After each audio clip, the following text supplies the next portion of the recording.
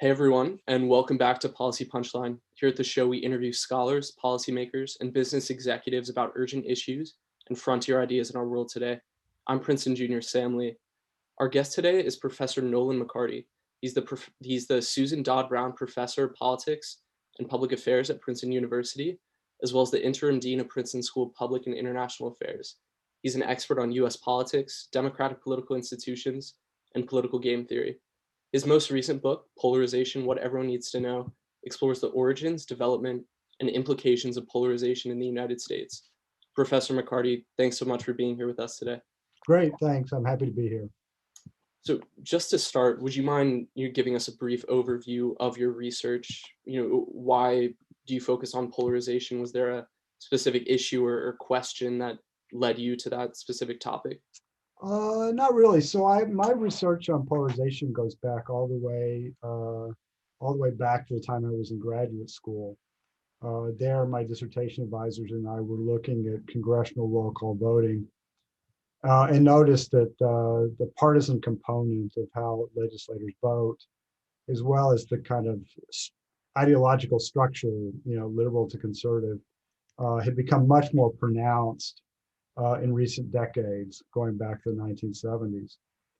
So we're really motivated by intellectual puzzle. Why is it that, after a period of roughly bipartisanship in Congress, a period in which there were many liberal Democrats, many conservative Democrats and liberal Republicans, cross-party coalitions were very, very common. Why that broke down, why that changed to the situation we have that we started to observe in the 1990s, but clearly have today, where the parties are very distinct, separated. There are few, if any, liberal Republicans in Congress, very, very few conservative Democrats in Congress. And so really that intellectual question of how we got from where we were in the 1960s and 1970s to where we are today. That's not to say it doesn't have important ramifications for public understanding of how American politics works, the dynamics of Congress, the relationship between Congress and the public, the ways in which economic and social change have occurred in the US and affected these things.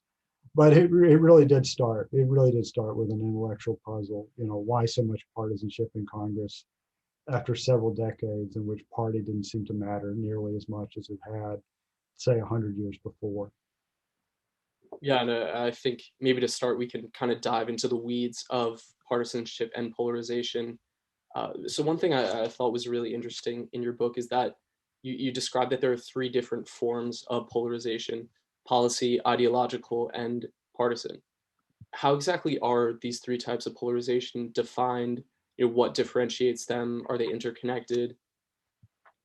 Yeah, so a starting point for answering this question is to note that at least in the public discourse, journalists, politicians, polarization is just a synonym for everything that's bad about politics. So obviously, if you want to make progress in helping people understand something, you want to have some definitions that say that polarization just simply is not a synonym for bad politics.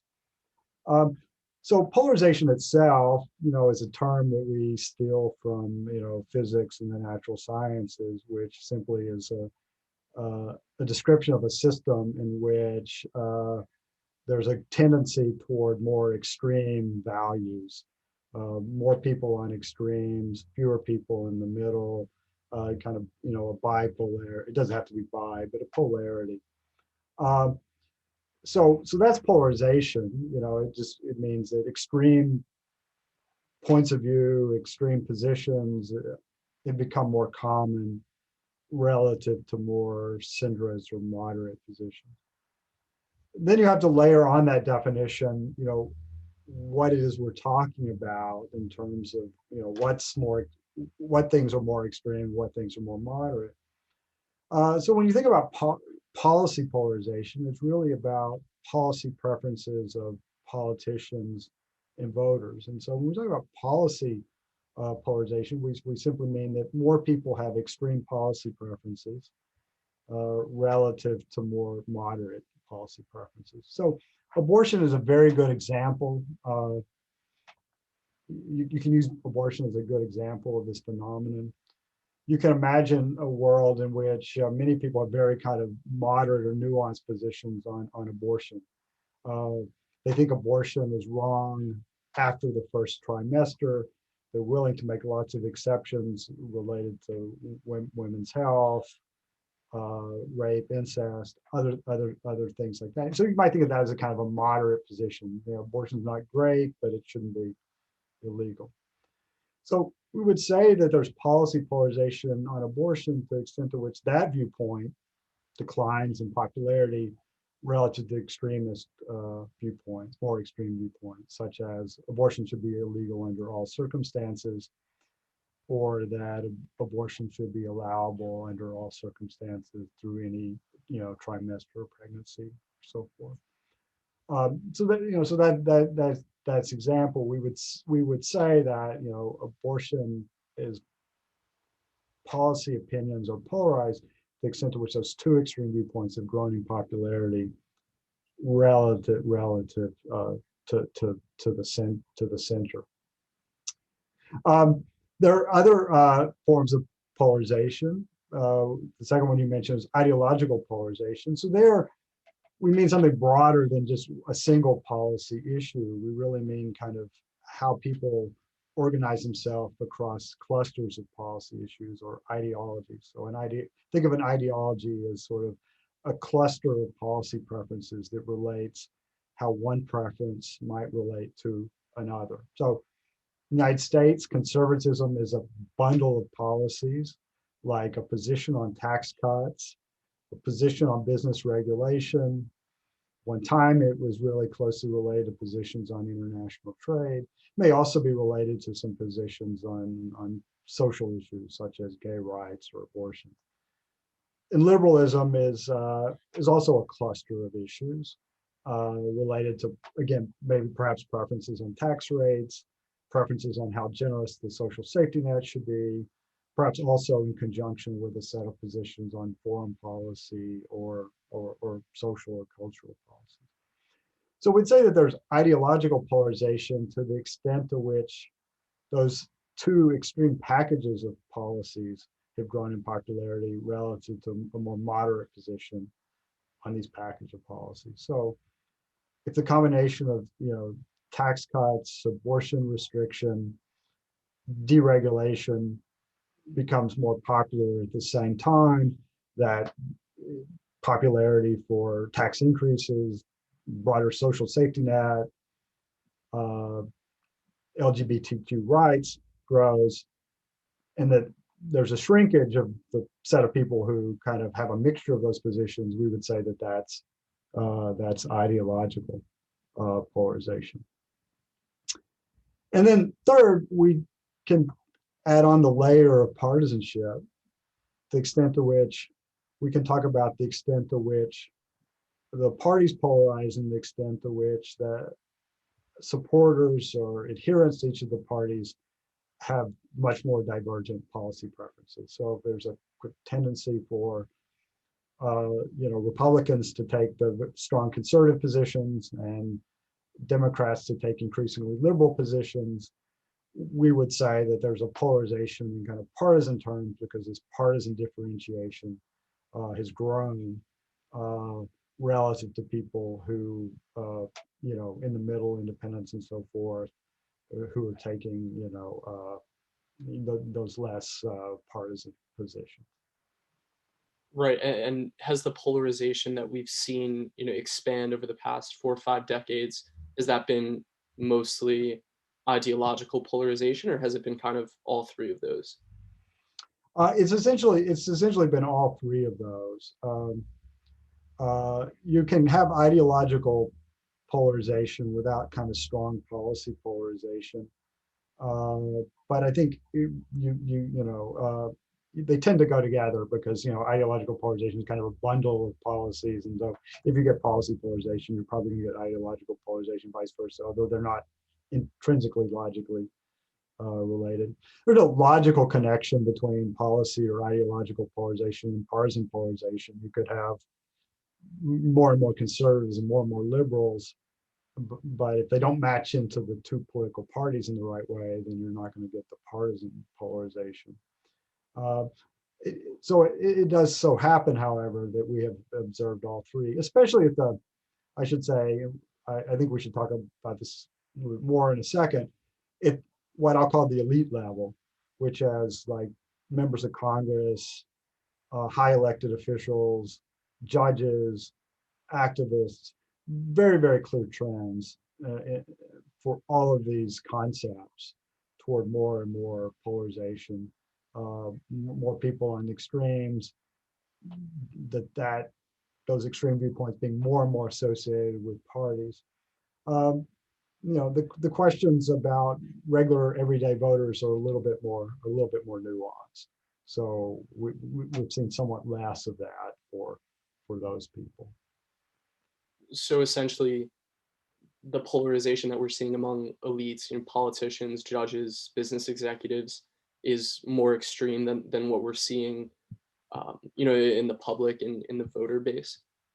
Yeah, that's basically the finding. The voters are catching up, I should say. So one of the things when you look at the data over a long period of time, you see the trends for the elites starting much earlier. So I believe, as I mentioned in my opening story about why I've been doing this work, is we started seeing this in Congress in the late 1970s, 1977, 78 through the 80s, 90s. You couldn't find trends like that among voters, either in ideological polarization or policy polarization, or really even partisan polarization. They just didn't really show up until perhaps the early 90s. And then you start to see a little bit more of that. Voters start to sort themselves more into parties. They tend to take on the views more associated with their parties. You do see, at least to a certain extent, somewhat more extreme viewpoints in the public, although most of what we've seen in the public is kind of a resorting of voters such that voters with liberal policy preferences have become associated with the Democratic Party, and voters with conservative policy preferences have moved toward the Republican Party. Um, but really, the public is kind of lagged behind the elites when it comes to polarization, which suggests that if we want to explain polarization, starting with a story of polarized voters incentivizing elected officials to take more and more extreme positions just isn't going to work very well. If anything, the causality runs from the elected politicians themselves creating a polarized political environment in which voters, find themselves confronted with and therefore have to make polarized choices about which parties to support. Over time, liberal voters have decided, well, they're better off in the Democratic Party, so that's where they are. Conservative Party is better off in the Republican Party. And so really, it does seem that the voter polarization really follows the elite polarization. So it's important not to place the blame with the voters. It seems like elite institutions like political parties, the media, activists played a much more proactive role in creating the polarized environment than did regular, everyday, average voters. Right. So why? I guess the question that comes to mind for me is, why would political elites want to do this? Like, what was this to, strengthen their partisan party, or why become more polarized? Yeah, I mean, there's a great book by Sam, I believe it's Sam Rosenberg, called The Polarizers.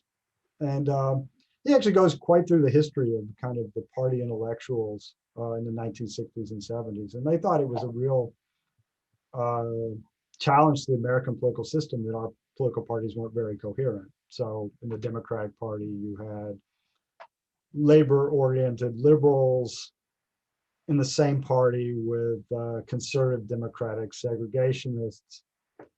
The Republican Party had some almost a mirror image. They had some kind of liberal labor Republican type, some kind of white shoe, waspy liberal Republicans from the Northeast, but also some kind of hardcore, conservatives from the Midwest and from other parts of the country.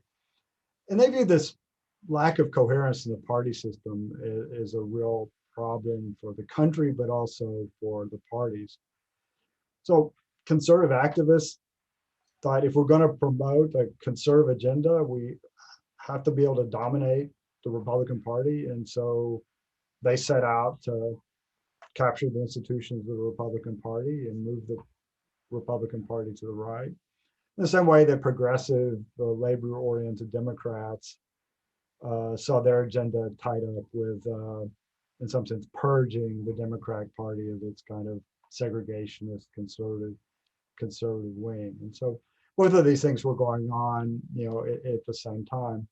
One of the things that we found, for a variety of reasons I'm happy to talk to, the conservatives were much more successful in their endeavors in the Republican Party than the progressives were in the Democratic Party. The Democratic Party remains somewhat more heterogeneous. It doesn't have conservatives anymore, but has a very large number of kind of moderate, suburban, white representatives to go with kind of a diversifying caucus of African Americans and Latinos. But the Republican Party has become almost overwhelmingly dominated by conservatives, and even more so in the last 10 years.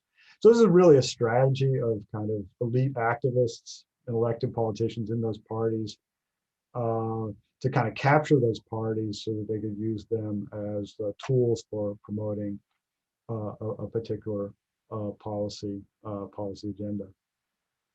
Right, and I hate to get to current events so early in the interview, but it kind of seems like the election of 2016 and what we've seen over the past 5 years. It seems that, at least what we see in the media, that voters are increasingly becoming more and more polarized. And I know you mentioned that they've kind of caught up to elites. Do you think that we've kind of reached new heights of polarization as it pertains to the masses over these past few years? So the last few years have been really interesting in a lot of ways. There's a type of polarization we haven't talked about. In some sense, it doesn't really fit my schema of polarization, but many scholars call it polarization. And that's something called affective polarization, which is really the extent to which, one set of partisans dislike another set of the opposite party. So I think more of what we have seen over the past 4 or 5 years is just really the fruition of extreme versions of affective polarization, where you routinely have rhetoric of calling the other party traitors and un-American, and suggesting that they don't share their values. One commonly cited statistic of this that kind of makes the points very clear is that public opinion pollsters have been asking people for decades whether or not they would be happy if their child married a member of the opposite party. So you ask a Republican, parent, would you like your daughter to marry a Democrat? And the levels of people who are saying they disapprove of cross-partisan marriage have gotten really high, like 30% or something like that. At the same time, we've asked questions about cross-racial marriage, and cross-racial marriage is almost universally accepted. So we go from a situation in the 1960s where cross-racial marriage was extremely unpopular. Cross-party marriage was okay, and we've completely reversed course, so that marrying somebody of the opposite party is completely looked down upon. So I think it's that partisan animosity that's really been unique about the last few years. So the question is really how much of that animosity is based on these other forms of polarization, the extent to which the voters are differentiated on policy grounds or liberal conservative grounds. And there's some debate about that. I tend to think this partisan animosity is in fact related to ideological and policy conflict, but that's not a uniformly accepted it's not a uniformly accepted view. The other complication about the last 4 years or so is that Donald Trump, who's now considered the definition of what it means to be a conservative Republican, by any historical standards is not a conservative Republican. So he comes to office. Well, I mean, he has a background where he spent most of his life as a Democrat or as an independent. Spent most of the 2000s giving money to Hillary Clinton and other progressive Democrats, and then announces that when he runs for office that he's a conservative Republican, but then adopts some political views which are not orthodox conservative Republican, like his positions on trade is not an orthodox Republican position. His position on entitlements like Social Security, Medicare, the traditional conservative Republican position is that those needed to be reformed, even if it meant some benefit cuts for some segments of the population. He said no, he was not going to entertain those reforms. And even his views on immigration are not conventional conservative Republican views if you go back over a longer period of time. So the extent to which voters agree with Donald Trump on policy, yet consider themselves to be the conservative Republicans, it's a little hard to kind of completely get your hand around, because if you just simply looked at the policy positions that Trump voters have, they actually look a little less polarized than conventional Republican positions, because many of Trump's positions on trade, infrastructure, very similar to those that have traditionally been Democratic positions. So we have a weird moment in terms of polarization, where party animosity is so bad that hundreds of people are willing to attack the Capitol building in order to prevent the certification of Joe Biden's election. But many of them have policy views that are probably closer to Joe Biden's than they are to Paul Ryan or Mitt Romney or Marco Rubio. So it creates kind of an interesting dynamic. Right, and it seems like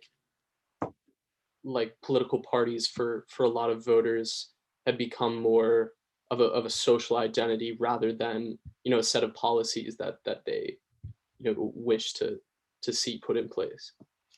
That clearly is true. I mean, there's a fair amount of evidence that essentially, to use kind of a geeky phrase, parties become a sufficient statistic for a whole set of social identities. So if you know that somebody's a Republican, that increases the likelihood that they're an evangelical Christian, it increases the likelihood that they're male.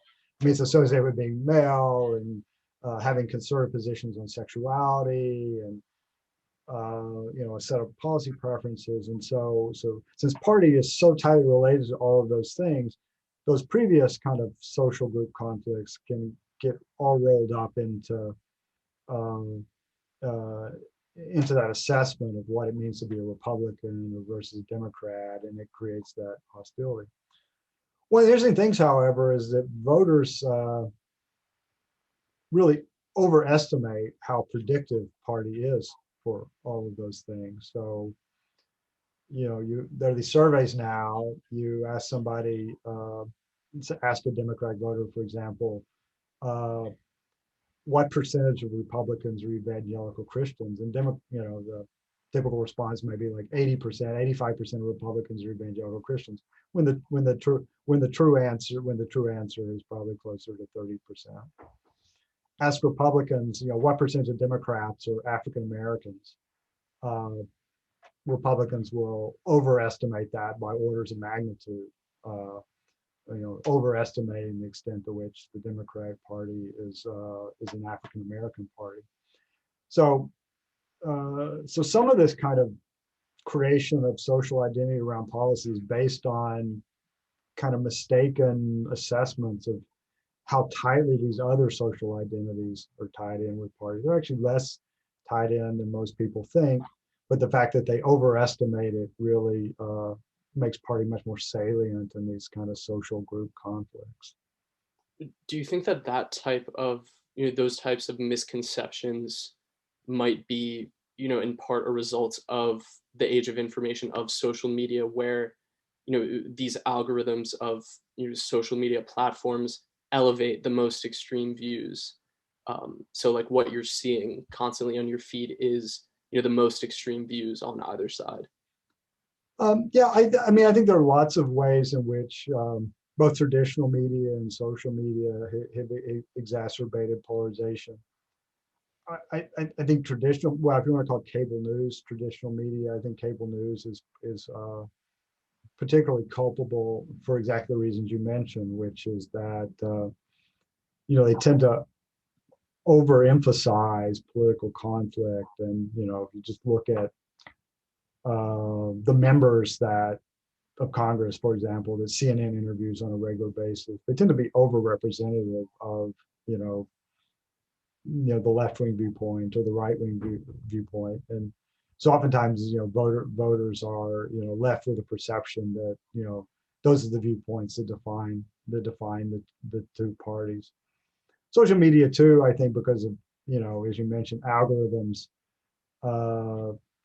both praise and dislike of particular Twitter posts tend to go to those that are less nuanced, we'll say, kind of more extreme views, get more, retweets, more likely to be ratioed as well, than kind of, the rare person who can take their 280 characters and make kind of a nuanced centrist position on some issue. So I don't want to overemphasize Twitter because, relatively small percentage of the population is actually on Twitter and doing politics on Twitter. But Twitter is a particularly bad for getting good discussions of nuanced trade-offs with respect to public policy.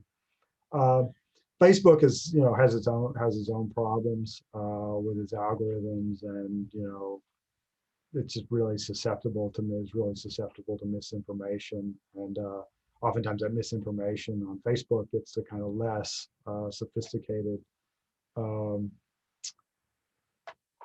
people, and then they act on it. So again, but because these are trends that are going back almost 40 years, I don't want to put the entire blame on social media, but clearly the current array of social media outlets, whether it's Facebook or Twitter, has not been very conducive to kind of reducing polarization. It's probably enhanced it. Yeah, and before we move away from the topic of affective polarization, do you think that that's largely a trend in the public, or are we also seeing it in the elite sphere? I mean, it's hard to gauge the difference. I actually think it really is. That is actually more of a public-driven phenomenon. The elite here. That's not to say that the elites don't kind of stoke it. The question is the extent to which they actually really feel it.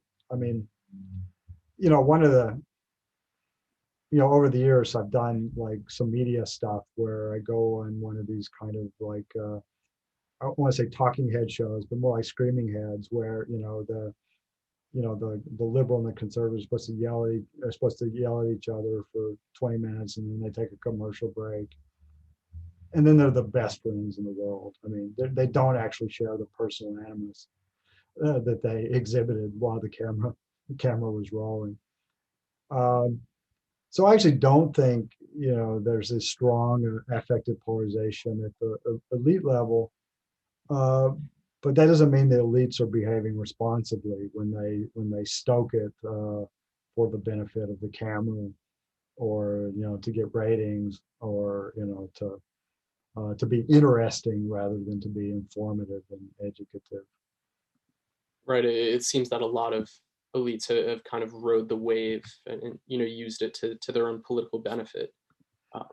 Yeah, I mean, it's very clear. I don't want to name any names, but there's several members of Congress now who basically have become members of Congress by being internet trolls, and that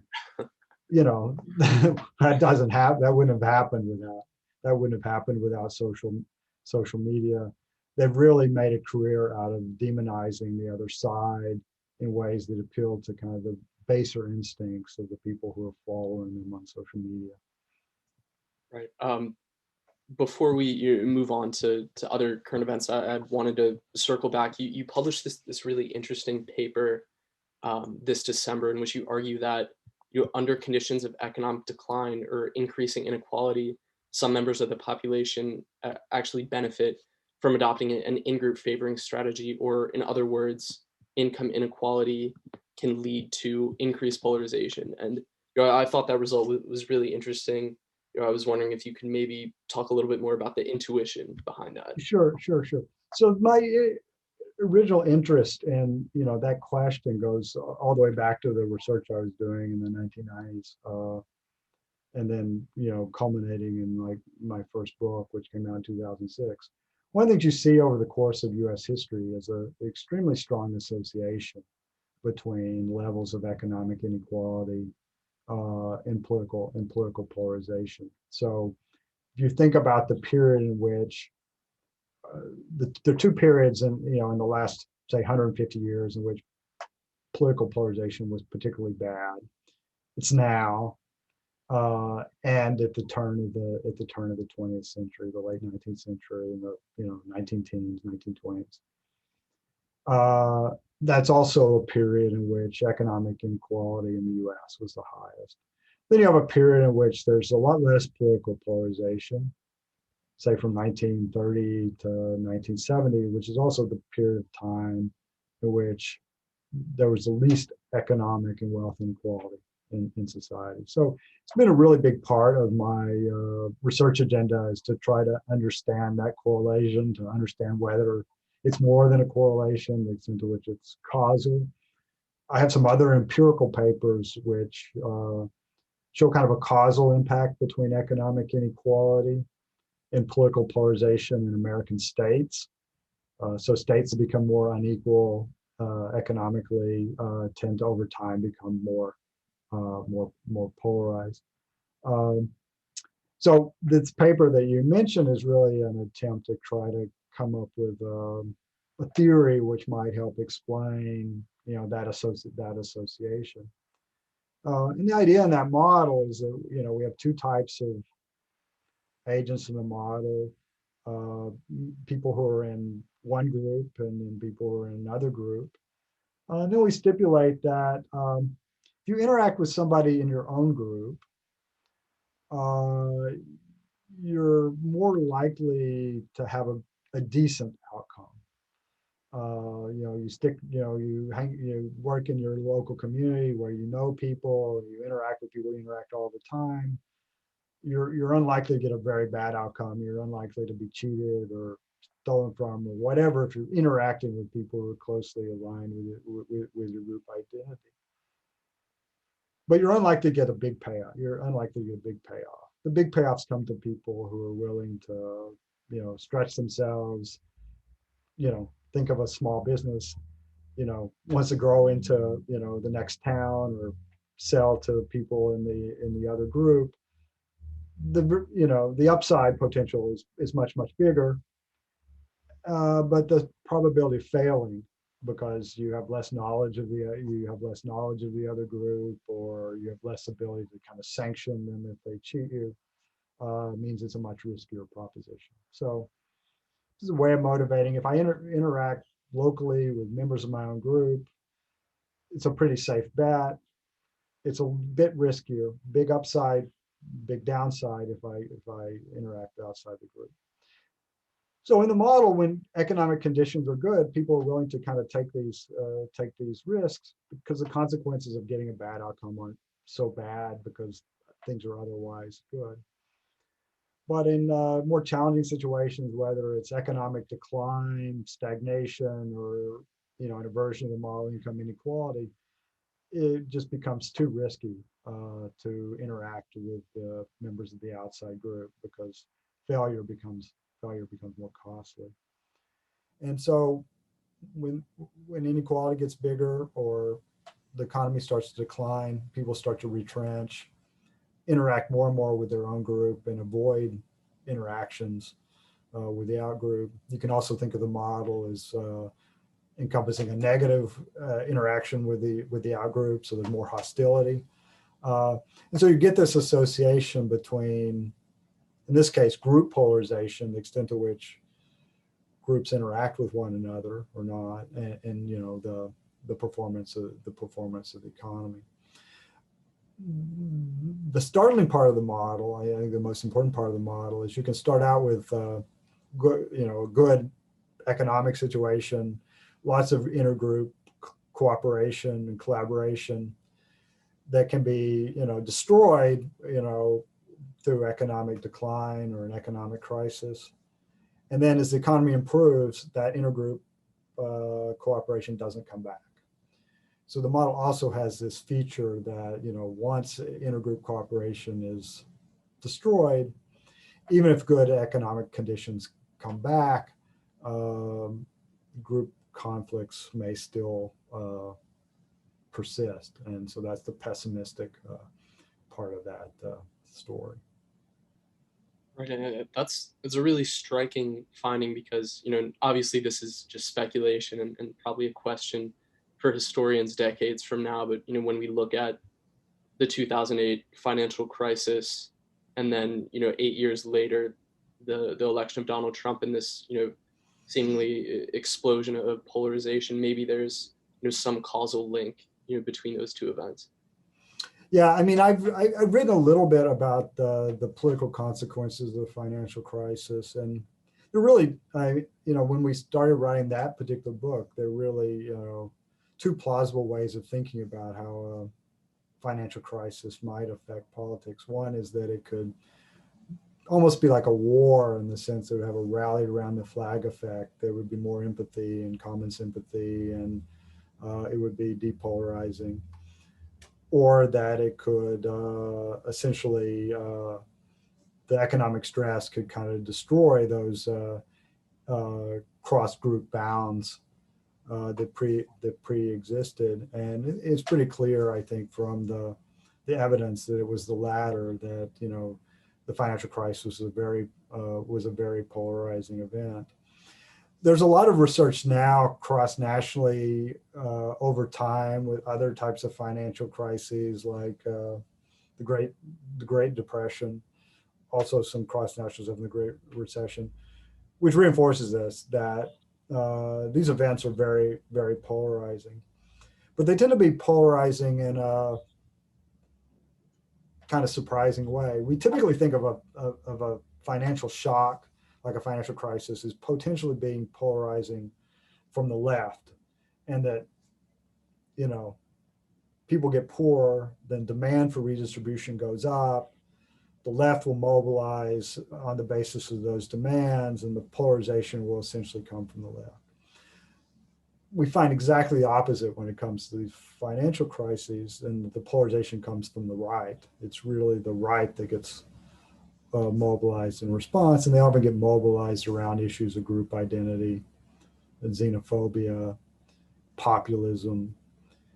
And I think that's very consistent with the kind of the model that we've been talking about, which is that the primary polarizing impact is a withdrawal of kind of intergroup cooperation, that these shocks happen, certain voters just decide, voters, citizens, whatever, decide that they're going to withdraw from these social connections perhaps blame the other group, mobilize around kind of populist themes, anti-immigration, anti-trade, anti-expertise, anti-elites.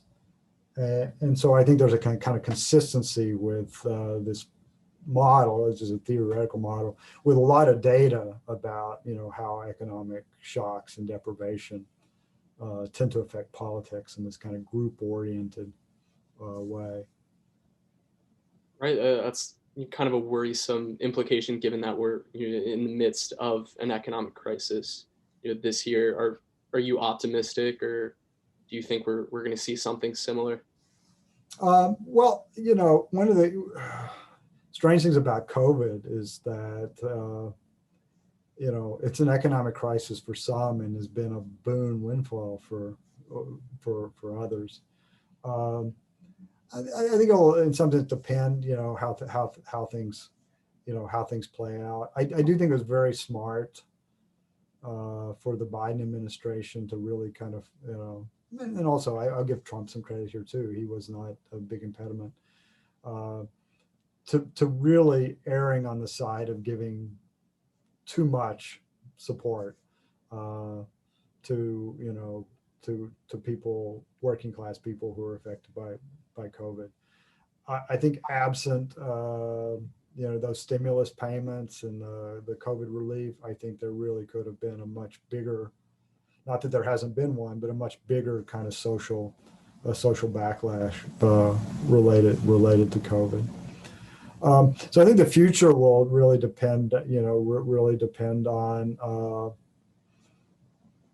how the vaccinations go, how quickly the economy comes back together, whether or not it restores faith in government's ability to manage a crisis like that through the means it did over the past year.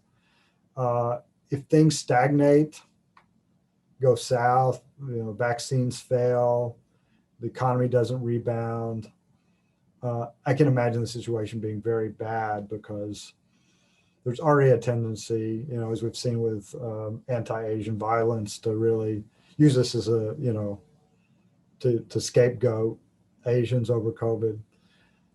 If the government response fails, it will just reinforce the kind of negative trust that many people have in the government and its ability to solve problems.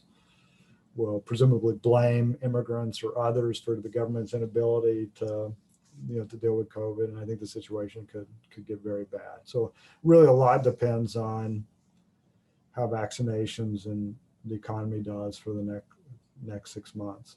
Probably won't kill off polarization and conflict, but if things go badly, the conflicts will be that much worse. That's definitely a little worrisome to think about. Another interesting thing about COVID and polarization is that it seems that in the United States, rather than the two sides uniting against this common enemy, to fight this crisis, there was kind of a politicization of the crisis, where those on the right were maybe more hesitant to support lockdown measures, and the opposite on the left. Do you think that that was a result of this building polarization, starting decades ago? Yeah, I mean, I think they have to. I think they have to be related in some way. I mean, that's you put your finger on the single most disappointing thing about a response to COVID, which is that polarization had created a kind of an inability to kind of adopt a common set of policies and approaches, and to politicize things that are very hard to understand why they're so political, like mask wearing. I can understand more why lockdowns and business closures, very polarizing. Different people have different tolerances for how much economic activity they're willing to give up to stop a disease. I mean, so I get that. What I don't get is the kind of the mask wearing and the distancing, the kind of more symbolic politics. But I do think that's why it probably is related to this kind of massive increase in polarization, especially the affective partisanship, because very quickly, mask wearing became a signifier of which side of the political divide you're on. And, Republicans just stopped wearing masks because, that's what Republicans did. And that's, that's very disappointing. The other aspect, which I haven't, explained much here, is that there's increasing polarization across states and geography. So not just simply that Democrats and Republicans are, more different than they were before, but as a result of that, we'll say the balance of power across states is very different. So the governing philosophy of Texas and the governing philosophy of California have diverged dramatically, in large part because Texas is a Republican state and California is a Democratic state. So we got confronted by this kind of national crisis that required a fairly unified, response. I mean, federalism was always challenged by these things because, there's some powers vested in the federal government, some in the states, but you want to have, the willingness of states to go along with federal guidance to kind of minimize the spillovers from state to state. But because of the polarization, every state kind of went its own way in terms of lockdowns, reopenings, masks, social distancing. And so in a situation where you really needed a unified policy approach, especially like in the Northeast, right? I mean, I'm 15 minutes from Pennsylvania. How crazy is it that Pennsylvania and New Jersey have locked down at different times or reopened at different times and have different rules? I mean, that's the problem with federalism. You really need them to have the same rules. We just didn't get that, both because of the fragmented nature of our federalism and plopping this big polarization problem on top of it. Right. Do you think we're seeing something similar now with the vaccination efforts? I think that's, I mean, it's clear if you look at survey data and ask people, their plans about being vaccinated, there's a strong correlation between partisanship and whether or not you state that you're planned to get vaccinated. Republicans obviously less likely to say they want to get vaccinated. My impression is that if you actually look at who's been vaccinated, the partisan gap is a little bit small, is somewhat smaller than what we get in the surveys where you just ask people whether they want to get vaccinated, which, suggests that, yes, there's a set of Republicans who just, are not going to get vaccinated because I guess that's not what Republicans do. But it's a little bit overstated because I think there are a lot of Republicans who are, getting vaccinated in secret, like Donald Trump did. He just won't acknowledge that he got vaccinated. I think there are a lot of Republicans who actually have gotten vaccinated, just won't acknowledge that. So I actually think that particular problem in the end won't be as large. I think, vaccines will become more popular as people see that they work and that will go away. But, in the short run, the fact that, Republicans are more hesitant to get the vaccine and more hesitant to do all these other distancing, masking measures, is, it's going to drag the crisis out longer than it really needs to be. Yeah, definitely. Well, before we wrap up, I wanted to kind of go back to the broader theme of what we've been talking about, polarization, and I wanted to ask you: are there any solutions to what we've been seeing? I mean, I think there are not solutions as in turning back the clock, to 1978.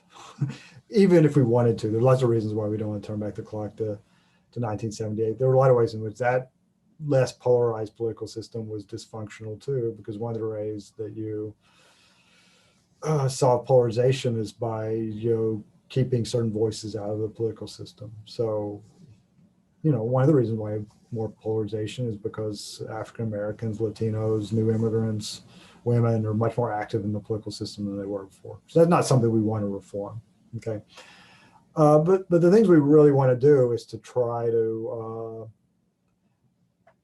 come up with a set of governing principles that allow us to govern well in a polarized environment. So one of the things I think would be helpful, it's not going to, I mean, maybe because of polarization is not going to happen, is reforming the Senate so that the Senate can operate on a more majoritarian basis. It's extremely hard to have a Senate that operates on a super majoritarian basis in a world in which the parties are so far apart. So, you know, making the Senate operate more on a majority basis will at least take away some of the negative impacts of polarization. I think I think the news media can play an important role in a couple of ways. One is they could do more to inform people better that, you know, it's not the case that Republicans and Democrats are so different on every single issue. As I mentioned, there's this overestimation of how different Democrats and Republicans are on policy and on kind of social group identities. That could be covered. That could be covered better, you know, in terms of, you know, identifying that actually Republicans and Democrats are not that far apart on a variety of things. The other thing I think could be helpful is that there's just been this decimation of the local news. And so because of that, almost all politics has been nationalized. And I think that's had a really big polarizing effect. And that like every single candidate from office, you know, all the way from president to dog catcher runs on a national political platform, you know, which is naturally polarized because it's very hard to get traction on local issues because local news coverage is so bad. So finding ways to reinvigorate local news, to highlight, you know, local questions, local political debates, those are things that tend to be less polarized politically than, whether or not, we should have a big stimulus bill at the federal level. There's some things that can be used, some counterintuitive things that can be useful at the level of campaign finance, the way campaigns are financed. One of the disturbing and very striking findings in the recent literature has been that this explosion of small donor contributions that have been both stimulated by the internet and made possible by the internet and social media has had a really profound polarizing impact in that it's really the most extreme candidates who are most reliant on those donations. And it's really the more extreme donors who are participating the most in that small donor system. So it's not really a reform, but one of the things that we ought to be wary of is there are a lot of people who would like to make small donor contributions easier, in fact, subsidize them. So there's a bill before Congress now that would do a 6-to-1 match for small donor contributions. I think something like that would go in completely the wrong direction. I think it'd be better to have a campaign finance system less reliant on internet trolling to raise money. I don't exactly know what that would be, but it could be, and I don't think it would be bad if it were to make it easier for candidates to raise money from corporations and labor unions, or perhaps to make political parties, the formal institutions of political parties, a much bigger player in campaign finance, so as to kind of prevent the Marjorie Taylor Greens from being able to kind of self-fund themselves through internet trolling. I think that would make for a less polarized system if she had to go to the Republican Party to get her money and they could, tell her no unless she, shaped up. So those are, some basic ideas. I don't think they're going to eliminate polarization, but I also don't think that eliminating polarization is necessarily an ideal either. Right. Well, responding to that thing about what you just said about campaign finance reform, small donations, right? Like, even if they lead to more polarization, they also, in a lot of senses, are still preferred to corporations and special interest groups dominating politics, right? Yeah, that's a trade-off. I mean, this is one of the things that if you look at politics enough, is that the ability to solve all problems is pretty limited. So I concede totally that, you know, that having politicians rely more on, corporate and labor union donors presents its own set of problems. But, also incentivizing small dollar contributions has the kind of polarizing effect. So in some sense we can make trade-offs between polarization, especially that fueled by affective polarization, or special interest group influence. And so, it's not I think reasonable people can choose different positions on that trade-off, but I think maybe we've gone too far in terms of creating a system that's really conducive to polarization in efforts to eliminate special interest group influence, without actually really reducing special interest group influence all that much, because that's really driven much more, I think, by the vast amounts of money these groups spend on lobbying as opposed to campaign contributions. So, yeah, I mean, I'm not dismissive of the concern about special group influence, but I'm not sure we've done much to control it by the way the system is kind of pushed more and more toward individual small donor contributions. Right. I suppose that is the nature of public policy, that there's always going to be trade-offs. Yeah, Last, oh, yeah, that's one of the reasons why I really, I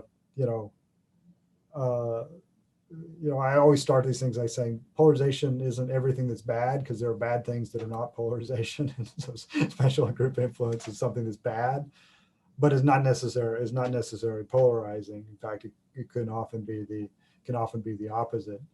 But you know, you know, nobody's ever devised the perfect set of political institutions. That we just have to adapt to whatever the biggest challenges are at any particular time.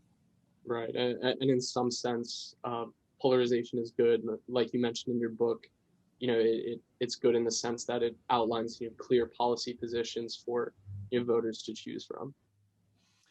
Yeah, that's right. I mean, we just like I described, there was a bunch of elites in the 1950s and 60s who thought the system needed more polarization. I think they were right. It's just I think that it went too far. We took too much of that medicine. One of the reasons they thought they needed more polarization was because they thought there were too much special group interest group influence. So one way of thinking about what happened is we took this medicine to polarize the system to eliminate special group interest group influence. It stopped working, and then there's side effects from that medication that we're dealing with now. And so we need to rethink, how we treat both of those problems.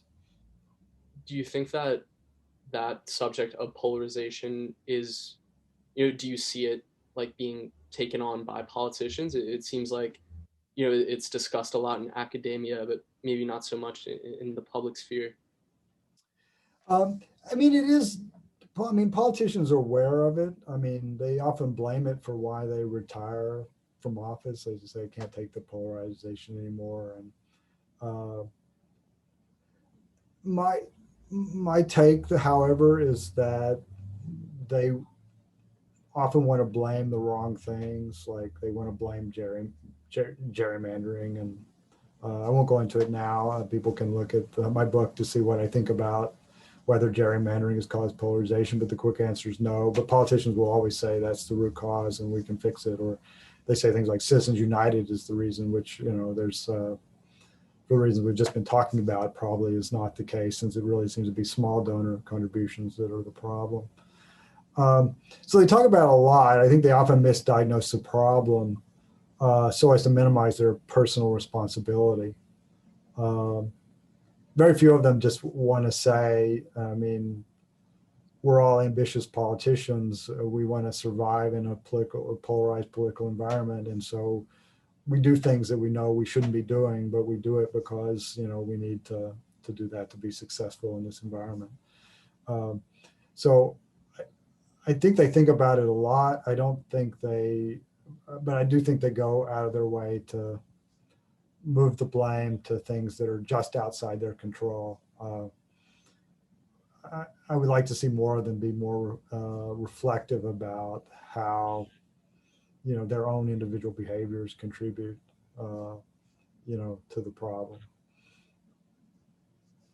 Right. So our last question on every episode, since the name of our show is Policy Punchline, I have to ask, what's the punchline? Oh, well, since I've been doing this for 30 years, it's very hard to have a punchline, but I guess I can, say, polarization is not everything that's bad. And there are lots of reasons to be concerned about polarization. And we have to,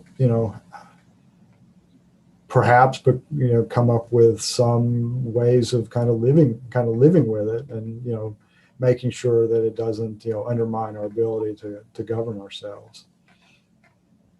Right. Well, thanks so much for being here with me today, Professor McCarty.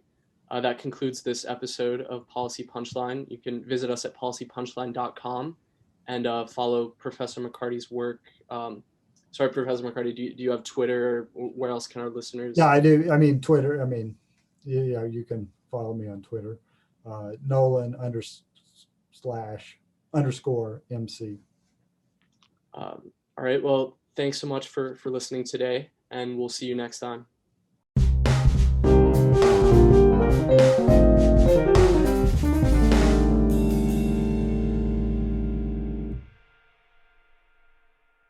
You've been listening to Policy Punchline, a podcast generously supported by the Julius Rabinowitz Center for Public Policy and Finance at Princeton University. We would also like to encourage you to follow other podcasts produced by Princeton University, such as Politics and Polls by the Woodrow Wilson School of Public and International Affairs. Policy Punchline is intended to be informational only and does not reflect nor represent the views of Princeton University or the Julius Rabinowitz Center for Public Policy and Finance. For more information on subscription, donation, volunteering, or contact, please visit policypunchline.com. Thank you again for listening.